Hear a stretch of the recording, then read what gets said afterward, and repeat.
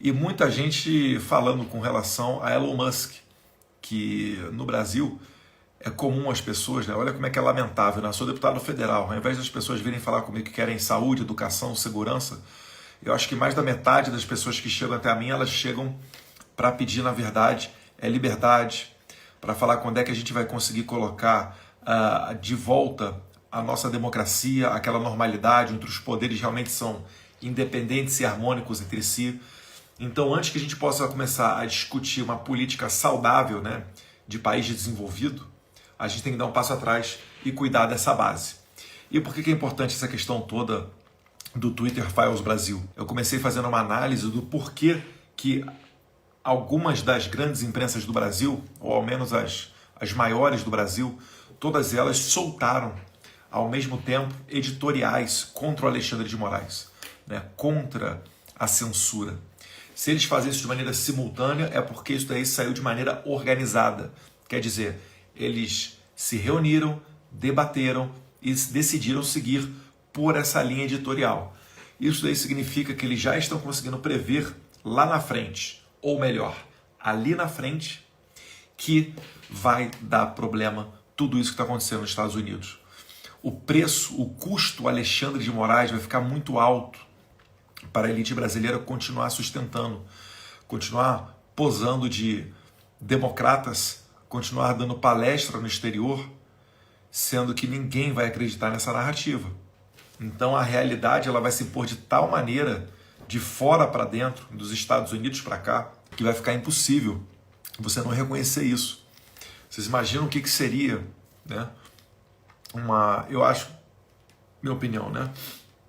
Cenas dos próximos capítulos. Dia 7 ou 8 de maio, o Elon Musk vai depor lá no Congresso americano, tá?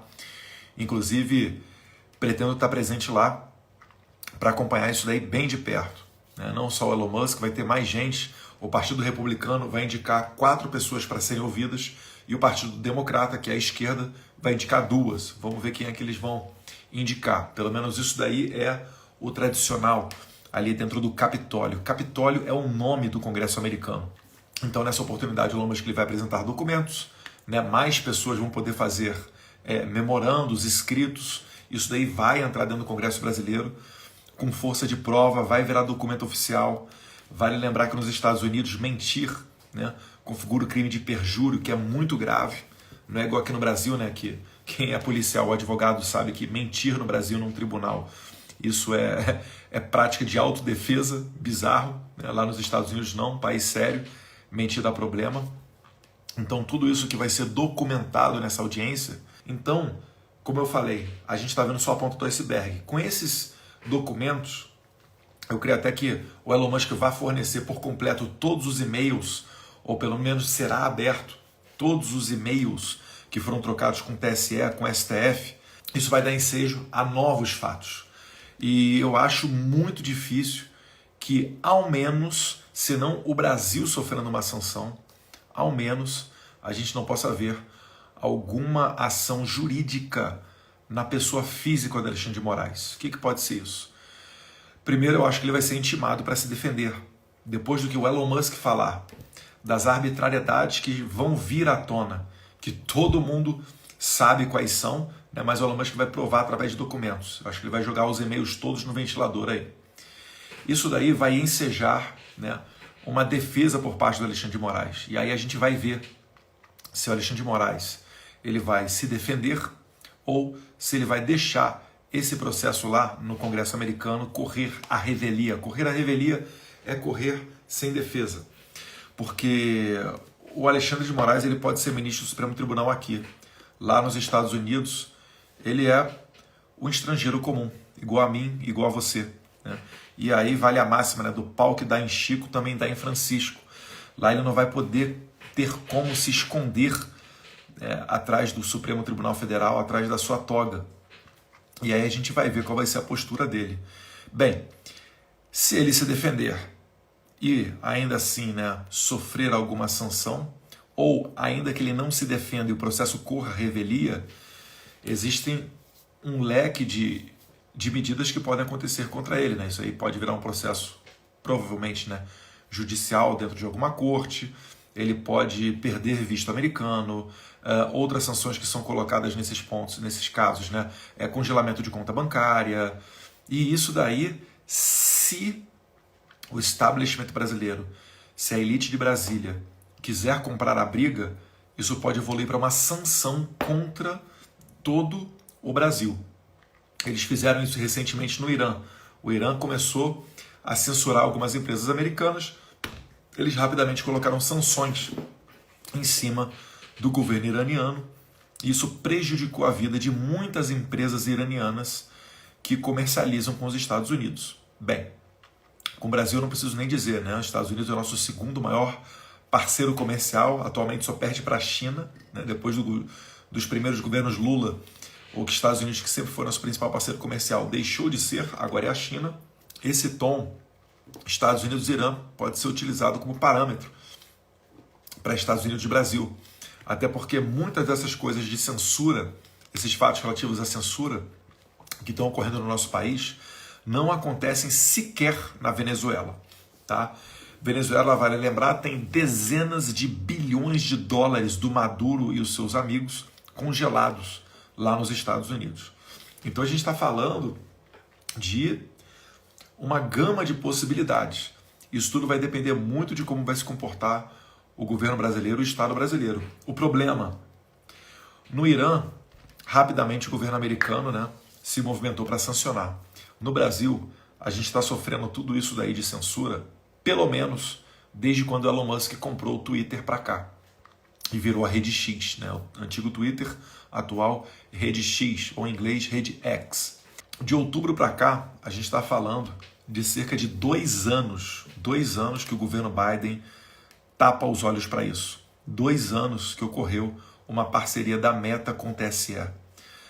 E aí começa a vir o tema da Meta, né? Se o Twitter do Elon Musk está reclamando de ordens ilegais, porque o Alexandre de Moraes ele não seguiu o devido processo legal que oportuniza aos perfis exercerem ampla defesa através do contraditório. Vou traduzir para vocês. A nossa Constituição ela prevê o seguinte: para você e também, né, por consequência, o marco legal, do marco civil da internet. Quando você quer bloquear alguém, o que tem que ser feito? O juiz, né, ele tem que dar a ordem para que aquela pessoa seja bloqueada. Só que antes disso, né, ele tem que dar a oportunidade dessa pessoa se defender. E para o cumprimento da sua ordem de bloqueio, o prazo mais curto possível, segundo o Marco Civil da Internet, é de 48 horas. Então vamos lá, você cometeu algum crime na internet, está vendendo drogas lá na rede social. O que tem que acontecer? O juiz tem que te notificar para você apresentar defesa, porque talvez você não esteja vendendo droga, talvez você esteja cometendo uma irregularidade farmacêutica, uma irregularidade administrativa, ou talvez aquilo que você esteja vendendo nem droga seja, né? Segundo a portaria da Anvisa, pode ser que seja um produto para o tratamento de alguma doença, enfim. E antes de 48 horas ele não pode bloquear a tua conta. Quando você é notificado, aí você sabe, você está sendo acusado desse crime aqui. Você constitui advogado, o seu advogado prepara a sua defesa e ele fala por você para te defender juridicamente dentro desse processo. Isso é o devido processo legal. Mas voltando ao nosso caso, o que o Alexandre de Moraes estava fazendo? Ele estava expedindo ordem para bloquear as contas sem que elas soubessem que a ordem estava vindo do Alexandre de Moraes. E o Alexandre de Moraes não dava 48 horas, ele dava apenas 2 horas para que a plataforma de rede social bloqueasse aquele perfil. E se não bloqueassem, eram multas exageradas, né? Eram multas de 100 mil reais por dia, 20 mil dólares por dia. Então, se passasse 2 horas, a rede social não tivesse bloqueado lá o perfil do Paulo Figueiredo, por exemplo, multa de 20 mil dólares. No dia seguinte, continuou sem bloquear, mais 20 mil dólares. E a rede social nem poderia dizer para o seu usuário que essa ordem estava vindo do Alexandre de Moraes. Então, isso tudo daí, o Elon Musk, ele deve apresentar as provas dia 7 ou 8 de maio, tá? No Congresso americano.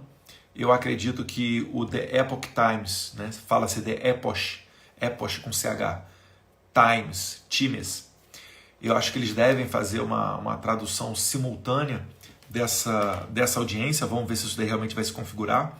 Mas olha a importância disso. Então, se o Elon Musk provar isso tudo mesmo, ele vai estar provando que o Alexandre de Moraes violou o devido processo legal. E que, como a pessoa era bloqueada e não sabia o motivo pelo qual ela está sendo bloqueada, como é que ela faz para se defender? Consegue compreender? E a empresa americana, pela lei americana, quando ela presta serviço em outro país, quando ela vem para o Brasil prestar serviço, ela tem que seguir a lei brasileira. Ela não tem que seguir o Alexandre de Moraes. Ela tem que seguir a lei brasileira. Isso daí está dentro da esfera penal, esfera criminal. Lá nos Estados Unidos isso é muito sério, isso dá cadeia, isso dá prisão. E se o Elon Musk reclamou que estava sofrendo esse tipo de abuso, quem é que me garante que ele também não estava abusando do YouTube, né? do Facebook, do Instagram, que são da Meta, do Google? Então isso tudo ainda vai vir à tona. Só que o mais interessante é que o Comitê do Judiciário do Congresso americano, da Câmara dos Deputados americanos, vamos lá, a CCJ deles lá, ela virou as suas energias para pedir não, né? Porque eles não pedem, para requisitar documentos do State Department. State Department lá nos Estados Unidos eu falo, né? É um MJ com esteroides, é um MJ misturado com um pouquinho de internacional, enfim. É um organismo que tem uma inteligência e que segue diretrizes do governo federal, no caso, o governo Biden.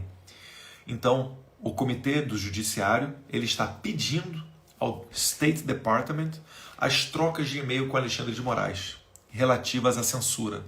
E aí estão inclusas, inclusive, a Embaixada Americana no Brasil. Eles querem saber o que eles conversaram com Alexandre de Moraes durante esse período de censura, que engloba as eleições. Não à toa, o Elon Musk tweetou falando que as eleições brasileiras elas foram muito injustas, né? E de fato foi o que a gente viu. Não podia relacionar Lula a aborto, não podia relacionar o Lula ao Maduro, ao Ortega, a um monte de coisa. O Bolsonaro não podia usar as imagens de 7 de setembro, as maiores manifestações da história do Brasil em favor de um político. Não podia usar o seu discurso muito bom lá na Embaixada da Inglaterra, quando ele foi para a Inglaterra para o funeral da Rainha Elizabeth. Não podia usar as imagens dos seus discursos na ONU, sendo que Lula e Dilma já usaram para suas reeleições, nas suas propagandas. Bolsonaro não podia sequer fazer transmissão ao vivo a partir da sua casa. É algo bizarro. É até difícil quando a gente vai explicar isso aí para um estrangeiro.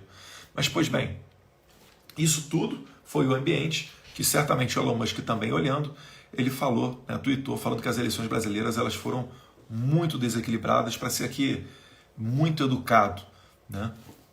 Então esse é o cenário e vai ter uma evolução, gente. Vai ter uma evolução dessa história do Elon Musk, isso não vai acabar, tá? A gente está só nos primeiros capítulos. Você ainda tem também a criação do Centro lá de Inteligência de Combate à Desinformação e Proteção da Democracia, um nome muito bonito, um órgão criado dentro do TSE, que o chefe era ninguém menos do que Alexandre de Moraes. E com o Brasil, como é que funciona isso daí? Era uma central de inteligência que se dispunha a monitorar cidadãos comuns. Isso daí é absurdamente legal, gente. Se os presos que usam tornozeleira male são monitorados, como é que você vai querer monitorar um cidadão comum, né? Por que é que você vai partir da inversão do princípio da inocência e partir do princípio de que nós, as pessoas que estão no Twitter ou no Facebook ou no Instagram, somos criminosos e ficar buscando ali para ver se consegue achar alguma coisa que você fale que o Alexandre de Moraes não concorde, e aí começa-se a trabalhar para dar a ele o subsídio para que ele venha a te punir, venha a te colocar no inquérito, na condição de investigado. Então isso daí também é um outro assunto muito sério e até engraçado, entre aspas, porque o símbolo dessa central de inteligência, né, de combate à desinformação do TSE, o símbolo é um olho, que é igualzinho ao olho que tem nas diversas capas do livro 1984. Até nisso, né, a arte, a vida imitou a arte. Então esse contexto todo que a gente está falando, é por isso que eu creio que essa história vai desenrolar muita coisa ainda. o custo Alexandre de Moraes vai ficar muito alto para o establishment que o sustenta. O Alexandre de Moraes já 1 ou 2 meses atrás falou que, olha, essa história não acabou, a gente tem que... Ele estava, na verdade, pedindo apoio, porque ele estava começando a sentir, né, que depois da manifestação do Bolsonaro na rua, ele viu que a força do Bolsonaro não acabou. E a intenção desse establishment, desse estamento burocrático, é acabar com esse movimento liderado pelo Jair Bolsonaro, para ver se abre caminho para de novo voltar ao teatro das tesouras, para um partido, vamos chutar aqui, tá? A lá PSDB, um centro-esquerda, volte a comandar o país. Porque quando foi trabalhada a questão do Lava Jato, quando Lula saiu, a ideia de várias pessoas aqui desse establishment de Brasília não era que viesse o Bolsonaro. O Bolsonaro foi um agente surpresa. A ideia deles é que retornasse alguém padrão FHC. Entendeu? Esse daí foi o que os analistas estavam prevendo, né? A volta do Alckmin, ou a volta de alguém padrão. Então essa é a história completa.